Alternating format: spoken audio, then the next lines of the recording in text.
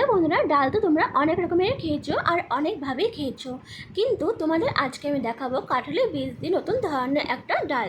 তো বন্ধুরা, তোমরা সবাই কেমন আছো? আশা করি ভালো আছো, আর আমিও অনেক ভালো আছি। আর তোমরা দেখছো সম্পাট রান্নাঘর। তো চলো দেরি না করে রেসিপিটা শুরু করা যাক। আশা করি তোমাদের অনেক ভালো লাগবে। তার জন্য দেখো, এখানে আমি কতগুলো কাঁঠালের বীজ নিয়েছি, আর বীজগুলোকে আমি খুব ভালো করে ছাড়িয়ে নিব। তো দেখো, সমস্ত বীজগুলোকে আমি খোসা ছাড়িয়ে নিয়ে উপরে যে লাল অংশটা থাকে সেটাও কিন্তু আমি ছাড়িয়ে নিয়েছি। এখন দেখো, বসিয়ে দিলাম একটা কড়াই, আর এর মধ্যে আমি দিব পরিমাণ মতন জল। জল দেওয়ার পর এখানে আমি সমস্ত কাঁঠালের বীজগুলোকে দিয়ে দিব।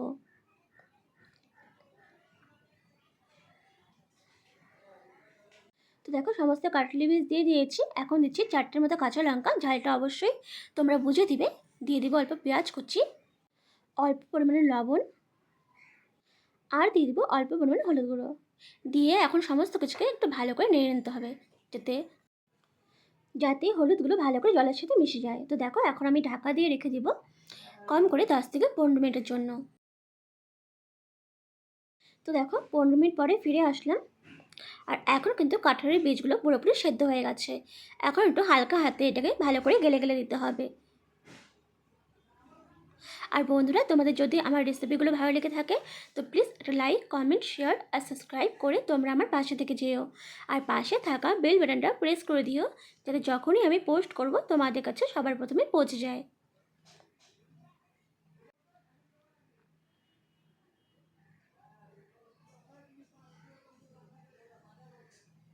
তো দেখো, সমস্ত কাঁঠালের বীজগুলোকে আমি কিন্তু ভালো করে গালাগালা করে নিয়েছি। আর দেখো, এখানে দিচ্ছি আমি অল্প পরিমাণে জল। তোমরা ডালটা কতটা ঘন রাখবে সেই অনুযায়ী কিন্তু এখানে জলটা দিবে। এখন আমি ডালটাকে একটা বাটির মধ্যে ঢেলে নেব। আর দেখো, আবার আমি কড়াই বসিয়ে দিলাম, আর এখানে দেবো অল্প পরিমাণে সর্ষের তেল। তেলটা দেওয়ার পর তেলটাকে একটু ভালো করে গরম করে নিতে হবে। গরম করে নিয়েছি। এখন দেবো 2টো শুকনো লঙ্কা ফোড়নে। দেওয়ার পর লঙ্কাটাকে খুব ভালো করে একটু লাল লাল করে ভেজে নিতে হবে। দেখো, ভালো করে ভেজে নেওয়ার পর এখানে দিচ্ছি 7 থেকে 8টা রসুন থেতো করে। দিয়ে রসুনটাকে আমি কিন্তু ভালো করে ভেজে নেব। তোমরা চাইলে কিন্তু এখানে রসুন নাও দিতে পারো, কিন্তু রসুন দিলে কিন্তু খেতে বেশ ভালো লাগে। তো দেখো, রসুনটাকে ভালো করে ভাজা হয়ে গেছে। এখন দিচ্ছি আমি এখানে অল্প পরিমাণে পেঁয়াজ কুচি। পেঁয়াজটাও কিন্তু আমি সব কিছুর সাথে খুব ভালো করে ভেজে নেব।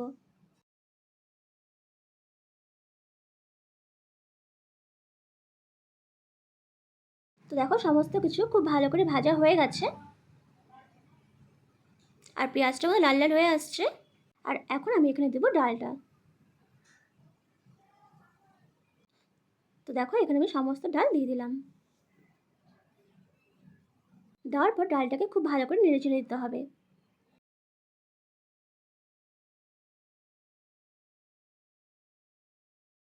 নেড়ে চেড়ে দেওয়ার পর ডালটাকে আমি 5 মিনিট জন্য ফুটতে দিব। ডালটা ফুটে গেছে, আর এখন এখানে দিচ্ছি আমি সামান্য পরিমাণে চিনি। চিনিটা কিন্তু একদমই অপশনাল, তোমরা চাইলে নাও দিতে পারো, দিলে কিন্তু খেতে ভালো লাগে। তো দেখো, আবার একটু ভালো করে নেড়ে চেড়ে দিচ্ছি। চিনিটা দেওয়ার পরে কিন্তু আমি একটু ভালো করে ডালটাকে ফুটিয়ে নেব। 3-4 মিনিট ভালো করে ফুটিয়ে নেওয়ার পর এখানে আমি সবশেষে দিয়ে দিচ্ছি ধনেপাতা কুচি। ধনেপাতা কুচি দিলে কিন্তু ডালের টেস্টটা অনেকটাই বেড়ে যাবে। তো দেখো, আবার একটু ভালো করে নেড়ে চেড়ে দিচ্ছি। এখন কিন্তু ডালটা হয়ে গেছে। এখন আমি এটাকে নামিয়ে নেব। তো দেখো, তৈরি হয়ে গেছে কাঁঠালের বীজ দিয়ে ডালের রেসিপি। কালারটা কিন্তু বেশ ভালো লাগছে, আর খেতেও কিন্তু ভীষণ ভালো হয়েছিল। আর দেখতেই পারছো, বেশ কিন্তু দেখতে ভালো লাগছে। তো বন্ধুরা, রেসিপিটা কেমন লাগলো অবশ্যই জানাবে। আর যদি ভালো লেগে থাকে তো প্লিজ লাইক, কমেন্ট, শেয়ার আর সাবস্ক্রাইব করে তোমরা আমার পাশে থেকে যেও। আর পাশে থাকা বেল বাটনটা প্রেস করে দিও, যাতে যখনই আমি পোস্ট করব তোমাদের কাছে সবার প্রথমে পৌঁছে যায়।